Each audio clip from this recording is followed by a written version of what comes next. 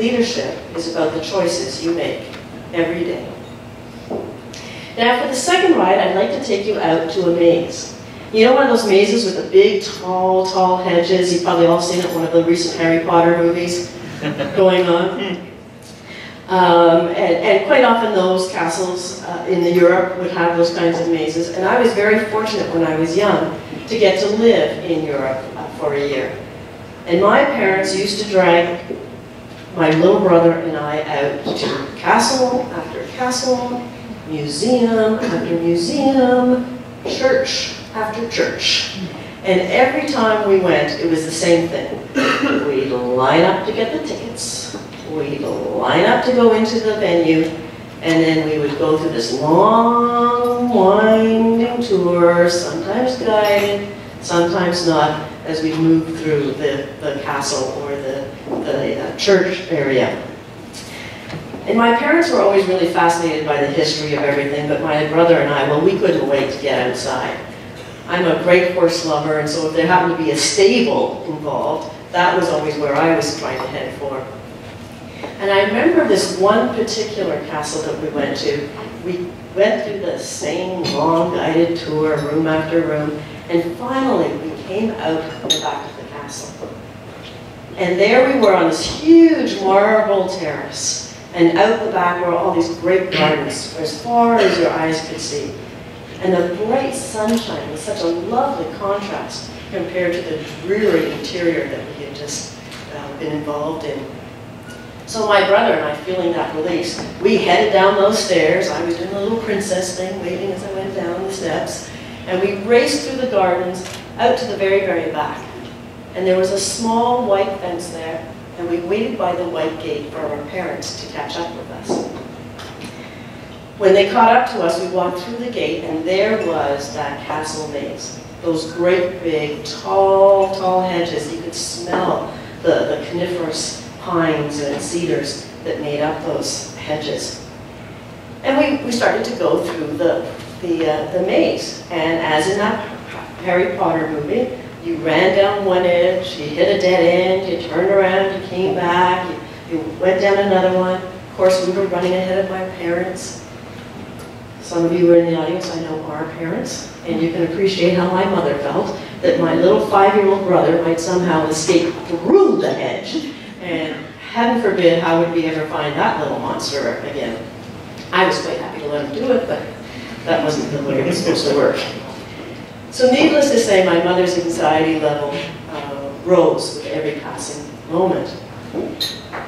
And so we continued on, finding dead end after dead end, and struggling to find our way out. And quite frankly, what had started off to be a very fun exercise started to become very tedious and tiring and really just not engaging at all. And so fear actually started to creep in that we might be stuck, that we might never find our way out of that maze. And you know, as time went on and we continued to struggle to get through it, and my mother's anxiety level going up, it just seemed like panic was getting more and more prevalent. Well, of course, we got out of the maze. After all, I'm here tonight, right? But many years later, I found myself in a similar situation. I was in the maze of trying to do too much. I was a rising executive, mother of 2 kids, very active in the community. Mom, don't forget, there's a big sale at school tomorrow. We have to cook brownies or Rice Krispie squares or something. Carol, Ken can't make the committee meeting tomorrow. Would you chair that committee meeting for him? Carol, I need that report on your desk Tuesday morning. It absolutely has to be there first thing. And the more involved I was, the more and more the work seemed to pile on. And really, I was a poster child for saying yes. Anybody else in the room poster child for saying yes? Right? It's fun to say yes. And great that I need it. I was a poster child for saying that yes. But it really got to the point where I think I actually was borderline nervous breakdown. And I took 2 weeks off work at Rogers. And I remember it was in the summertime, because I remember specifically I was out in the front garden, and all of a sudden one of those Rogers red trucks came up the road, and I hightailed it right back into the house. I had enough.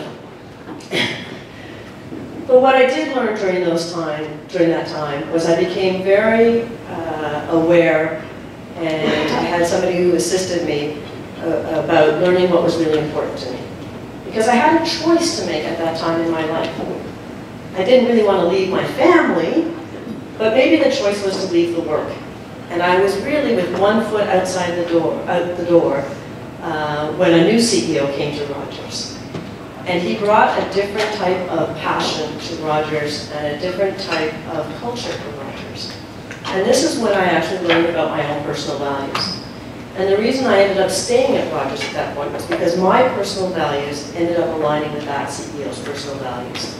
And so work became way more pleasurable for me around that. But I also learned what was most important to me. And if you don't know what your personal values are, I really encourage you to go through that exercise. Because what knowing your personal values does is it provides you goalposts about the things that are most important to you.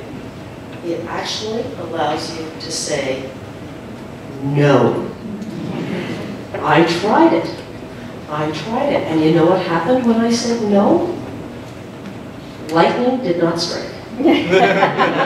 Friends continued to talk to me.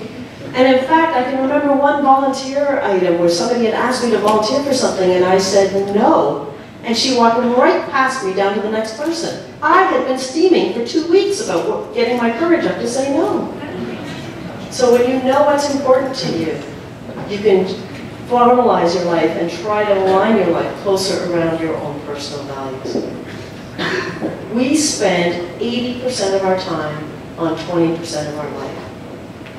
My question for you is that the right 20% for you? Carlos Constantis once said that we can make ourselves happy or miserable. The amount of work to do it is the same. We can choose to stay in the maze, or we can choose to find a way out. Leadership is about the choices we make every day.